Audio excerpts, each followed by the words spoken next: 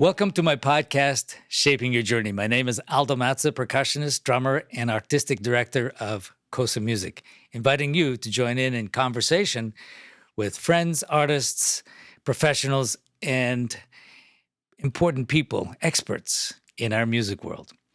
And if you enjoy this, please remember to subscribe and share.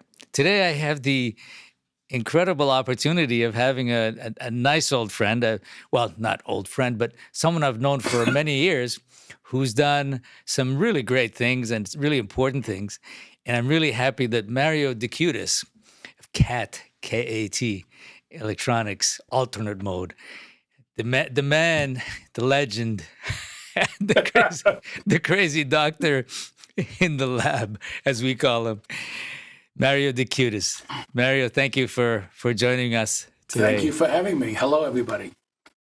I wanted to ask you before we talk about the actual trajectory itself. Tell us about what was that original spark that started it for you. Like, we each have a kind of what turned our eyes, our attention, and our focus on this journey of music making. What was it for you, the very beginning, the spark? It was in the 80s, and funk bands were going on, and I was watching my friends play. And whenever I tried to play with them, my fingers would bleed on the vibraphone. It was horrible. So I really wanted to be like the keyboard player, be able to get the sounds that I wanted. And about that time in the mid-'80s, there was an article in Modern Drummer magazine about this man in Massachusetts, Bill Katowski, that was considering building a new mallet controller. So I immediately, Connie and I, we got in the car and we drove up and we met Bill, and he showed us this incredible thing. It looked like the old AT&T telephone with a billion wires inside. And it was about the same time that the Yamaha had come out with the DX7, which was a revolutionary new kind of synthesizer that used FM synthesis. And what Bill was using was the standard subtractive synthesis and additive synthesis with the oscillators, and they drifted. And I said to Bill, you should make a MIDI controller. Listen to the sounds of this DX7. And he said, yes. Okay. So him and I became friends. And before I knew it, I found a new life getting involved in business, which I had no intentions to back then. I was working at Radio City. I started in 79, so I was already there for a while. And I thought that was the whole career, but this was this other thing inside that came out from meeting Bill. Interesting. Yeah, but let's back up just a little bit. I remember where we are, but back up like when you first started playing music. We'll get to how this whole cat thing came up, because this, I mean, of course, it was revolutionary and still has been and continues to be so. And it's an incredible thing. But what started it for you music-wise? What was the path from the beginning? Like, did somebody say, here, you play vibraphone?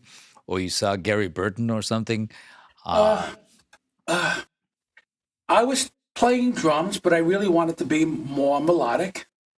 And friends used to always say that I'm trying to be a melodic drummer, trying to play the melodies on the drums. So the vibraphone came into my life early on. And then I studied with Friedman for a while. David Friedman. Okay. David Friedman back in 70-something. Right. I had just bought a new Muscle vibraphone back then. And in college, I was studying with Arnie as well. Arnie Lang, right. Yeah. But the classical thing was not my thing. I wanted to play jazz. So I started studying with Dave. I started studying with a keyboard piano player. And by chance, I was playing with a jazz group in Long Island, and the contractor from Radio City, was 1979, he was looking for a young band, and he hired the bass player, the guitar player, and myself as the rhythm section for Radio City. So talk about a total change in life, that I suddenly had become a show player. So those are pretty intense years, putting all my efforts into being a xylophone player. And back then, Radio City was being owned by Disney, and they had those crazy Disney writers that wrote incredibly fast xylophone. It was so crazy. So I was shedding like I've never had to shed before in order to cut those parts. Always worrying I was going to get stopped, you know. But it settled down, and I was able to play those shows. And then the electronic thing came along that really changed my life. An interesting thing, when the first mallet instrument came out, it was called, I think, MIDI percussion controller or Gutowski engineering. It was before the mallet cat. I was playing on a thing called the World Yacht. It was a little cruise ship that went around Manhattan for dinner at night. And I took home the sax player, and he said to me, "I feel sorry for you, man." I said, "Why do you feel sorry for me?" He goes, "Your instrument sucks." "What do you mean instrument sucks?" He said, all the notes have the same velocity. All the notes have the same length. You can't do pitch bend. You can't do vibrato. Your instrument's so limited. How do you play? How do you be expressive? He changed my life that day, that guy. And Bill and I went on a path at that moment on to get expressiveness out of the instrument and to get gestures and how to create gestures. And it became a life mission to make a mallet instrument expressive and beautiful. Yeah, one of the things I have to interject, because one of the things, remember, Gary Burton came up with this idea of bending the notes. You get a rubber mallet, and as you play it, from the node, away from the node to the center, and he was brilliant in doing that. And I saw him. I mean, I saw him do it many times. Oh, he was, his technique. He just opened up everyone's eyes what was possible with 4 sticks in your hand. And back then it was 4 sticks. I know he plays with more now, but but the early mallet cat did none of that. So it became a real loving relationship with Bill and I, because Bill was the engineer and I was the player, and I whispered in his ear, and then a few days later I'd get a little chip in my hand. He said, "Try this."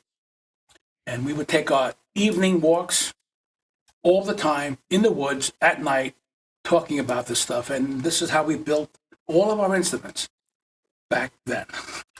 Nice. Wow. Yeah. That's amazing. And I mean, that was really visionary, because I mean, not many people really not that they just didn't understand it, but weren't ready for that. But when you said, you said earlier about the DX7, I remember when that came out, it just changed everybody. The sound of everything changed. The sound of everything, the bell tones, the FM synthesis, index modulation was the technique behind it. Yeah, it was so cool. Yeah.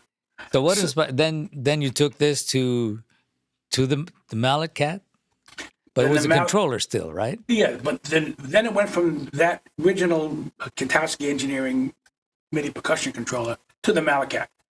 The mallet came out in, I guess, 85. We were working with Dave Samuels then. We used to always go to his place to get his input and how was the octaves we put together, the size of the bars, and all that good stuff.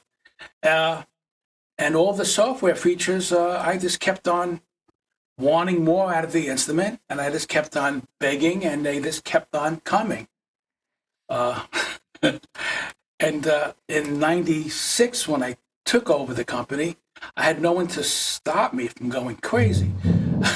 So 96 was a really interesting year for me, just kind of like now is, in that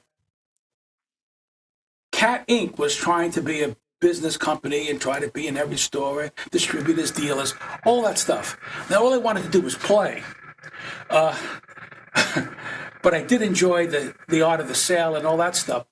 In '96, when I took it over, I said, I don't care about reps, distributors. All I want to do is keep the thing alive, sell direct. And back then, it was an incredible gamble because the internet was just starting. And some stores would say, well, you'll never be here again. You know, this is the end of you. But it didn't really matter. I just wanted people who want. Is that coming from me? I think so, but that's okay. Okay. Can you stop it quickly, or I don't know where it came from. I okay. Okay. Oh, Sorry don't worry. about that. Okay.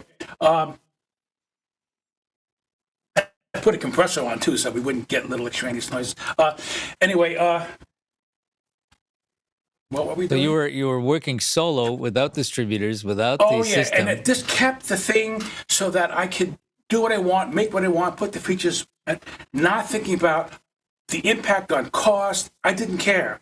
I just wanted to make the best instrument that I could, and that's what we did with the Trap Cat, and then the Ditty was crazy with the hand drum controller, which really didn't have much of a commercial value.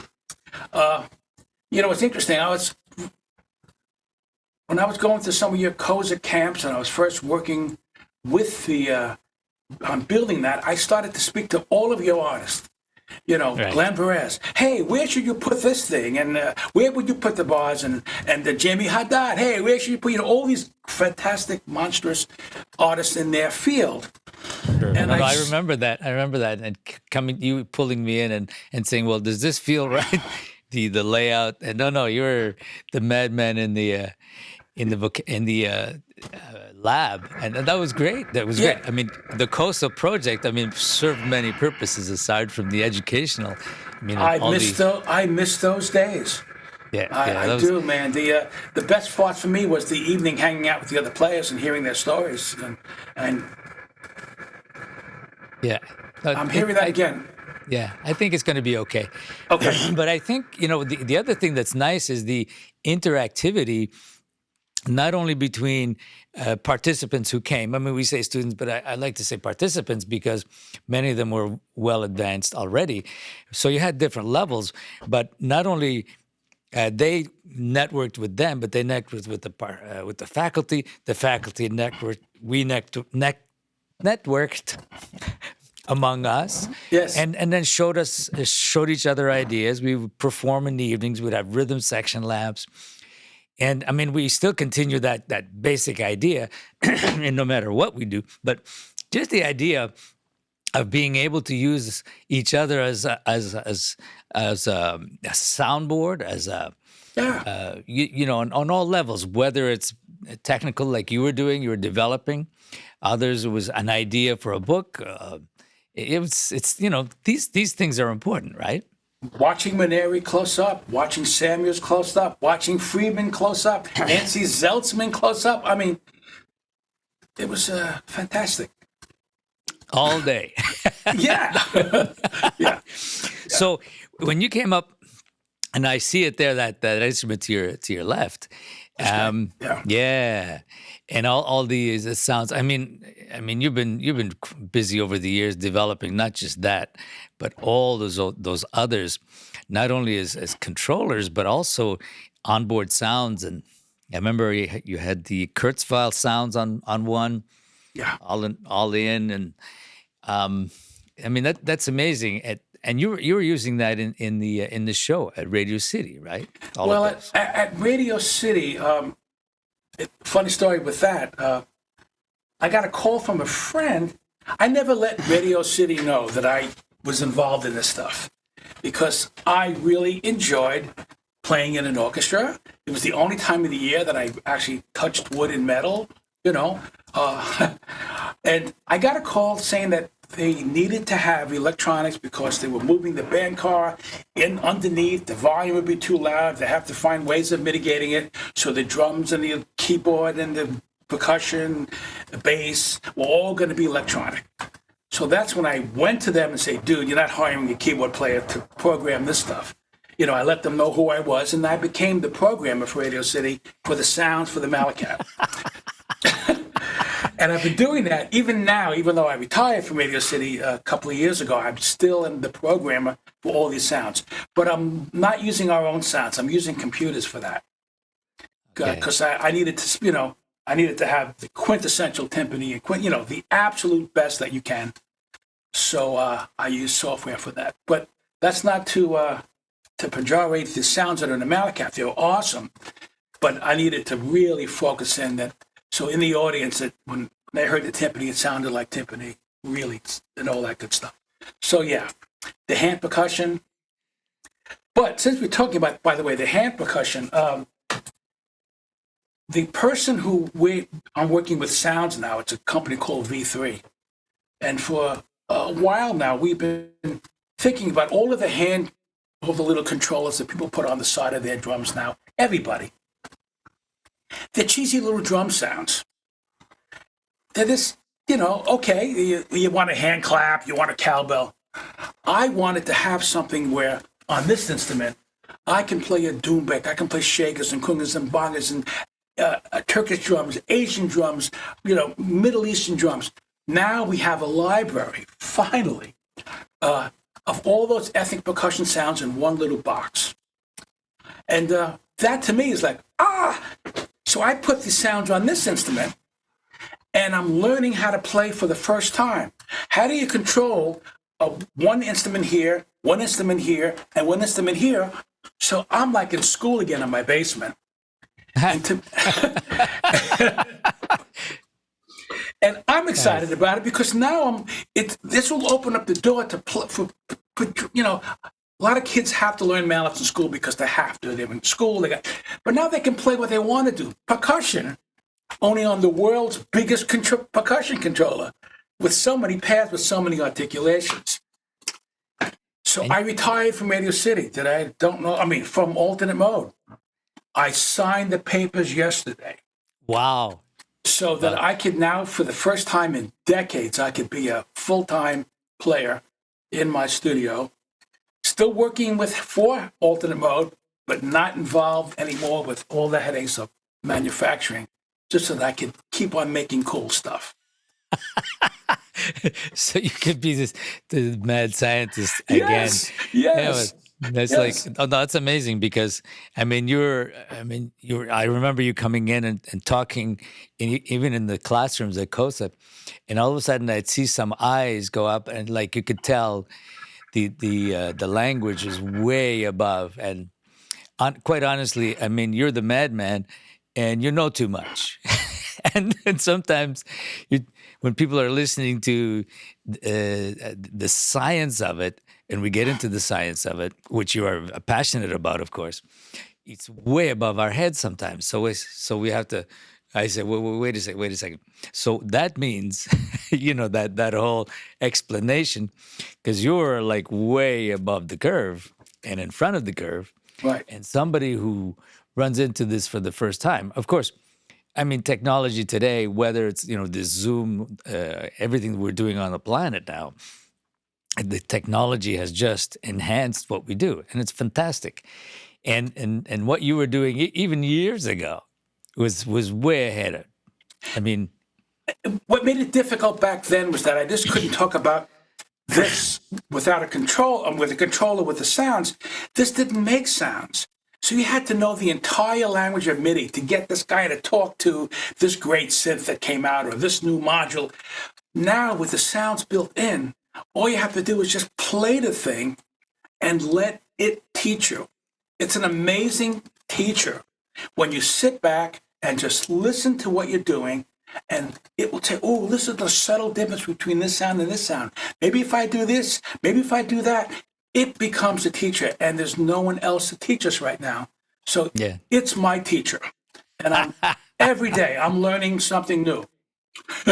And the nice thing too is, many people now have their home studios and people send in tracks. So I'm here, and I from here it's my control palace. Of course, it's crazy. It's great. Yeah. Yes, and there's also, recently, someone was saying, that's nice, but it's not live. It's not, And remember all the things we used to do with Alan Molnar.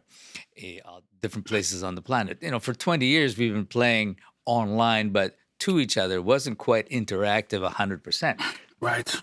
But now, I mean, recently there's I've been in touch with this company called Elk, ELK, who's developed an interface where people can play. I think if it's under 4,000 miles or something like that, I'm not sure of the exact figure, but you can play absolutely 100% without delay. Yes, I'm hoping to see Interactive. that. I'm hoping there at the NAMM show in April. That's on my list because it's the first time they think they've conquered. It's said that it conquers the latency issue. Yeah, yeah, It's so much harder for us because when you go whack, you hear the whack of the pad, and if there's a sound 15 milliseconds later, that bothers us. On the keyboard player, when you're moving slowly down, you don't really know where you actually hit the sensor. So I'm really right. curious to see whether we can pull it off. Evan and I are talking about that. We're going to do this soon. Nice. Yeah. Yeah, no, and you should. I've seen the demos. I'll be getting my own soon. It's on order. The interface because I'm really curious about this. I've seen the demos of some friends of mine who were actually involved in the beta testing.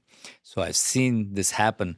One was in England, one was in Italy or something like that, and a piano accompaniment with an opera singer.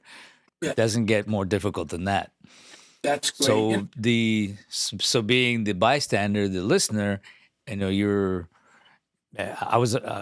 you're always waiting for that moment of lapse, but there was none, and they Right. could hear each other and follow each other Oh, I can't. perfectly. So That's so great. That's so exciting, actually. yeah, no, absolutely. So I mean, this whole electronics.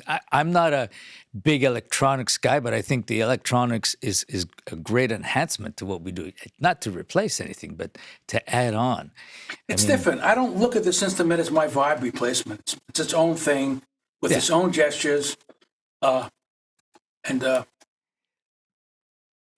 what I'm learning now is that, well, I'll tell you, we are working on our own sequencing platform that allows us to basically be the whole band and practice. Oh, I'm going to play the bass part. I'm going to play the keyboard part, the vibe part. You know what? That was never taught in school. A vibrant player has no clue how to be the bass player. The first time I did it, man, I was so busy, so many notes. You can't do that. It's the bass player. It's the foundation. So it's teaching me, and I'm hoping soon you'll see that, Nice. which is a whole crazy interactive kind of software things. And what I want to do for education is to have a new kind of way of music minus one of the JB Amos whole thing was an amazing thing growing up to play with the band, but now you can completely isolate the parts, you can change the key, you can change the speed, you can put exercises on. So I'm hoping that teachers start using this in class for their programs. They can work at home, they could put their exercises, they can come back to class. This is really exciting times for percussion. Wow. So one of my home projects is to get the software together so that it's a fun tool, not a 4,000 page manual like some of the sequencing, the DAW programs now are great, but they're so complicated. Yeah. So anyway, that's on my list. I had to retire. Retire from what? I mean, no. But one thing is funny. I say to myself, and I even say to Yola, and I say, okay, I'm going to be speaking to Mario. I wonder what he's going to hit with me next. The moment I understand something, then he's somewhere else, and I was like, I can't keep up with the conversation even because he's like talking about something else I haven't even seen yet or imagined. Yeah. You are a crazy man in a good way, sir. Of course. I appreciate that. I love it. There's so many new products coming out soon. The crank is on, and it's going to be good. A multi-pad with ethnic percussion. It's really going to be fun. Nice. When people can start experimenting with all these wonderful Turkish hand drums and tambourines with all the articulations there. I'm actually now you have me really curious. I have to see this. Yes. Well, we said we have to get together. So when we do, I'll have it because it's on here right now. But, nice. Got to get it in here. Yeah. Yeah. We'll just have to do another Cosa Italy. That's it. That's it in Calabria. in Calabria. You got it. But the interesting thing is, I mean, some people say, well, now I'm tired of, I've done what I've done, and that's enough. But I think when you're a creative mind, something pushes you to keep going and to do more. I mean, I can't sit on my hands, and you know me, and certainly you're 10 times worse. I look at you and you're like way ahead in projects and ideas. So what keeps you going? I wake up in the morning and first thing I want to do is come down here and play. Nice. It's my calling. I don't know. It's what I want to do. Yeah, yeah. Yeah. That- And my wife, Connie, she's like, you're retired now. You don't have it. Yes, I do. I have to do this more than ever because now I can really dig in. Sure. I don't have to say, I only have 20 minutes to practice today. So Right, that's right. that's No, really, and that's the other thing too, Mario. Is at one point you're not technically equipped or the information you don't have, but now you're on the other side of this curve that you've done so much playing, so much developing, so much knowledge there, and the technology behind it. So you really understand it. One of the few people I know that understands it on that level. So now, I mean, it would be a pity to be sitting on your hands because now you've got it all. I mean, you understand it all now. You're the guy who can push that envelope, right? yeah, especially if I make it turnkey so that you just turn it on and play it. You don't have to learn all the language of MIDI. It's just, that was the failure all the time.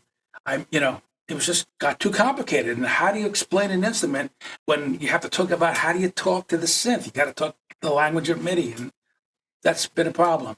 So I want to make it simple now. What I've learned anything over these years is that it was too complicated to have to make it simple.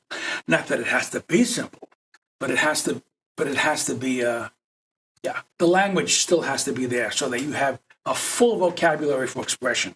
That's what this is really about.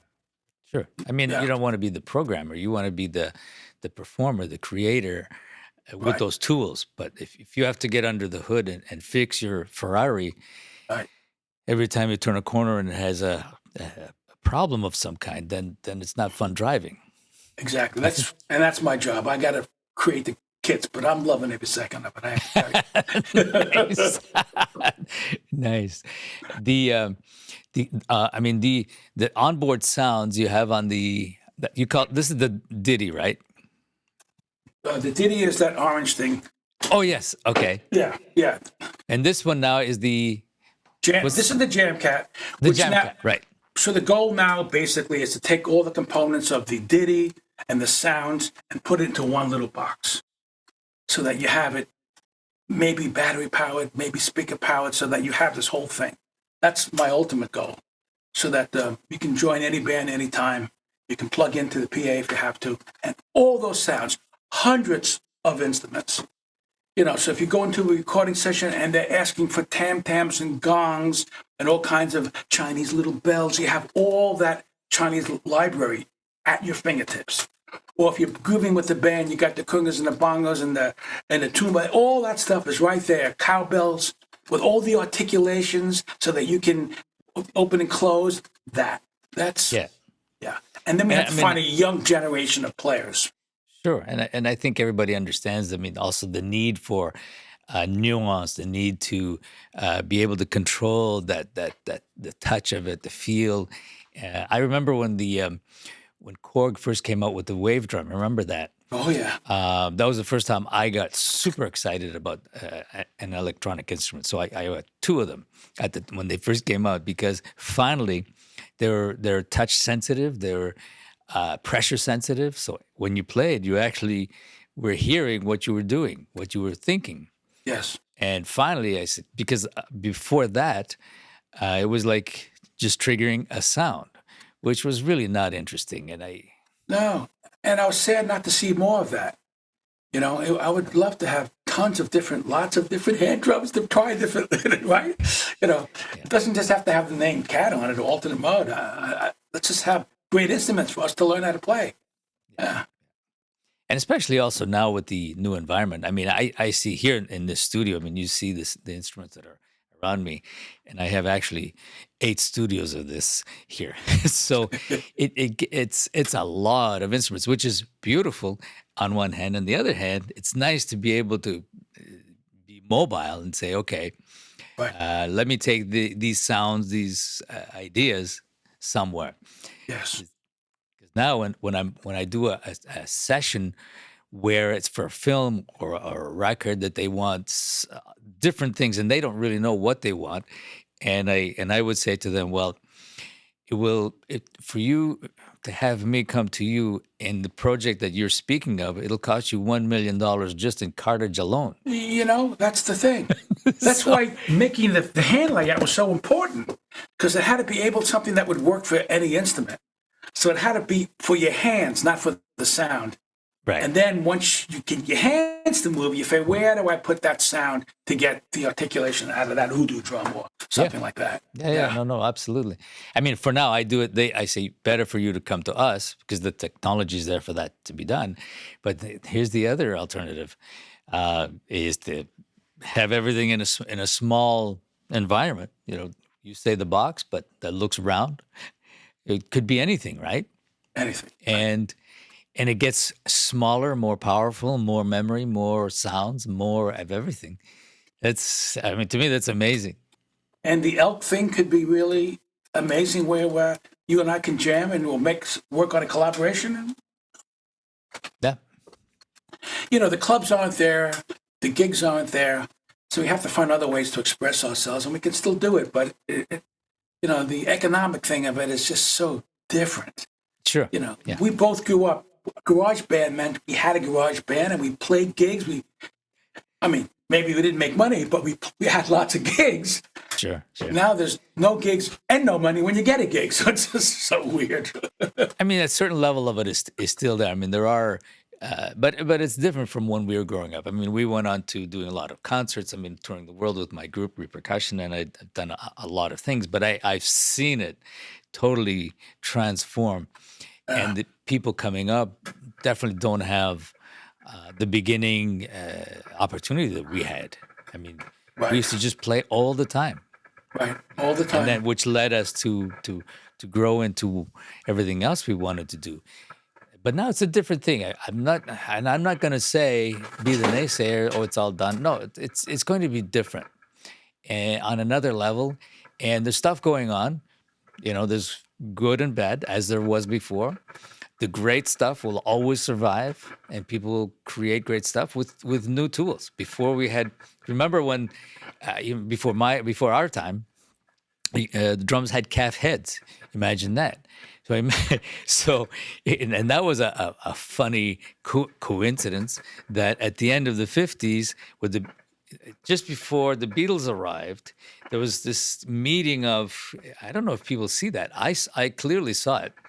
The end of the calf heads as soon as the Beatles arrived, because the explosion of the Beatles, they went from 2,000 sets a month to, or not even 500 sets a month to 10,000, like suddenly. So where are you going to get the animal skin to do that? And who's going to play that? Right. And We learn? both changed the world. Yeah. Well, it was actually Evans who originally did it. And then Remo, it was like a neck to neck. Yes. And I spoke to Remo about that. I spoke to the people at Evans. I mean, it was a funny story in the beginning where it was neck to neck. And the story was, we had long conversations about this because the trick was DuPont went to Chicago. At one point, they said, we created this film during the Second World War for this other purpose. Now we have all of this technology and this film. Could anybody here in the drum world do anything with it? So people heard that. And then the challenge was, how do you put that on a drum? So the hoop, how do you glue that? So that was the big challenge. Yeah. And there's Ludwig, Slingerland, Rogers at the time. Chicago was the drum town. So everybody who was there at that time heard this and they all ran. And apparently Evans was the first to actually come up with something, and then Remo right after. But Remo's known for creating and going on. I mean, Remo was another crazy man, God bless his soul, who just persisted until this was right. I mean, he was a great man. Yeah, and he allowed the OEM thing so that all these drum companies can put their name on it, and or made special. That was the business thing that made the thing so. Yes. Yeah. And you know what I learned recently, which was really incredible? I have, I'm a Ludwig endorser, and I have some of my drums have, snare drums especially, Ludwig heads. And I had forgotten about this. So I pulled out the one the other day, and it sounded fantastic. And I'm playing it, and I'm playing it now more than ever, and it sounds great. So I'm saying, is this particular head, why is it different from all the others? So I asked the guys at Ludwig, I said, what was the story with the Ludwig heads? Because Ludwig used to make heads for all their drums. And it was funny because I had no idea. They said, no, the Ludwig heads were totally different from all the other heads. They used to actually make their own. But it was too expensive for what they were doing. So they dropped the idea because it was not a money-making thing. So they just got, mainly Remo heads, and except for the snare drums. So they're still making the snare drum heads. They are. And so I said, so what is it? He said, everybody wants the formula, the secret formula, including Remo, including, like, everybody wants it. It's not happening. So now I know that this particular head has something different in the plastic, in the film, in the way they're I don't know. I'm not Yeah. Wow. not on that level scientist, but I clearly know the difference. And it's so I mean, this is nice to add to those instruments that will forever be there, will always sound great. And everybody's always in the pursuit of making greater instruments. I mean, now, with Roland and DW, and they're, what they're coming up with, and I heard what they're working on, that's going to be amazing. That's going to be another level of, it's just like what you've been doing, Yeah. and we're there. Yeah, it's great. It's all good stuff. And then the music that people will be able to make because of the medium, because of the instruments that are with them, from historically, and those new technologies that will allow it. Of course, then you have to keep up with all the instruments we keep on discovering around the world. That then you have to sample those. You have to get those in. To me, they're not going to be exactly the same. They can't be. Because I'm a little bit of a maniac in the sound, the texture, but it sure is nice to be able to have both. Well, what I find is that when I put all of these different articulations across an instrument, you come up with combinations that are not possible on the acoustic instrument. And after a while, you don't think of it. You don't think of it as that instrument anymore, but its own thing. When I shoved 3 instruments on top of here, I found 3 sounds that like together. I don't care where they came from, that this one's world and this one's, Turkish. Doesn't matter. It sounds good to me. I'm going to play it. And not that I'm disrespectful to the traditions, but we're living today. I need to express myself today. I could never be as good as a Latino conga player. Why would I even start at age 72? So instead, I'm just going to play this drum. I have a technique to make it come alive, and whatever I come up with is my thing. And with respect to the tradition, I'm looking for just having some fun and recording it, and playing it back, listening, and adding a bass to it, a vibe chart to it. That. Yeah. That makes a lot of sense, and I think it's important. I mean, for people like you, for us to have, I should say, for people like you there, so that you can push that envelope, so that those who may not have the knowledge or the capacity to go that far in the technology part, you are opening up those doors, and I think it's important for progress, for expanding our own horizons. Even thinking of what possibilities, not getting stuck strictly in the past. I mean, the past is obviously super important. Of course. Yeah. Like foundation, like where things come from. Knowing how to play djembe, a conga drum, all of those things. Just as it is important to learn how to play timpani correctly or mallets correctly. But then you have these other doors, these other possibilities, which is just expanding not just the repertoire, but the language. Yeah, the paradigm shift. It's like a whole new thing, and with the using the computer, with all how people manipulate loops, and you can look at the loop and say this is an offense or this is bad, and then you can say no, this is another creative tool.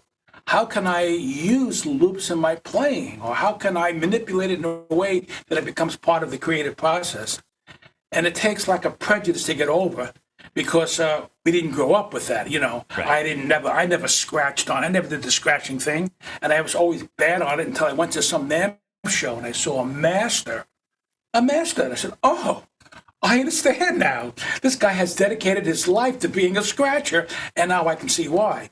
And I said, "Okay, I have to lighten up a little bit. I have to remove my own prejudices because of my own tradition of how I learned how to play." Yeah, and it's fun. No, exactly. And I think also by doing that, I mean, no matter what age we are, I think it's important to be part of the process and enjoy what's coming up. There's always a negative part of it, meaning does it cost twice as much, 10 times as much? Is there other wires that you got to deal with? You have to know this, but like anything else, computers, technology that we have. I mean, the sound. I mean, look at what we're doing today. I mean, I can go all over the world, and I'm teaching wherever I am, and nobody sees the difference. Exactly. It's great. Now more than ever. Before, I used to travel more, but I used to come back here to do what I have to do. Now, it's all mobile, so I can be wherever, right? Zoom has changed our life. The concept. Yeah. Absolutely. Yeah. And It's then great. so with these instruments, imagine like I can imagine with these you just plug in your interface and your internet or whatever wherever you are and what you're doing, and there you go, boom, done. Boom. Yeah. And your wall, it could be in 3D eventually. Yeah. And the palette of every sound that you can think of. Just Yeah. I use this sound now. Yeah. Like you said, you got $1 million worth of stuff in your back. You don't need that now. No. A $500 sound module has all those things in it. Yeah. I mean, it's Some always degree. yeah from this. Yeah, no. Of course, you want to learn where it comes from, and some of the techniques you want to be able to manipulate those from the ground up. But it's also so nice to have access to this and be capable of bouncing back and forth. Yeah. And then the curiosity thing. We remain curious. We remain.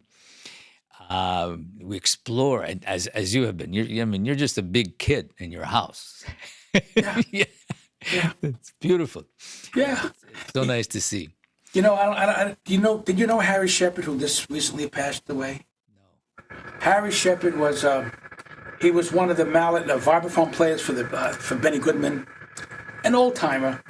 And the newsletter's coming out tomorrow. I did a little thing on him because he just passed away. 95 years old. There's a picture of him playing on the street with the mallet sitting down. I always call him my hero.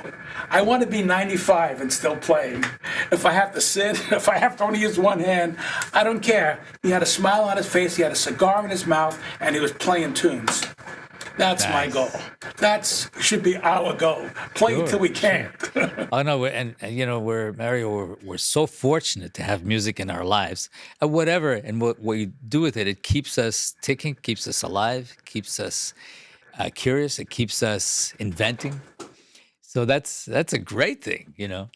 To me, it's like it's a God-given gift that we have, Yeah. and to be able to do this and at 95 still play that's. I mean, Arnie Lang.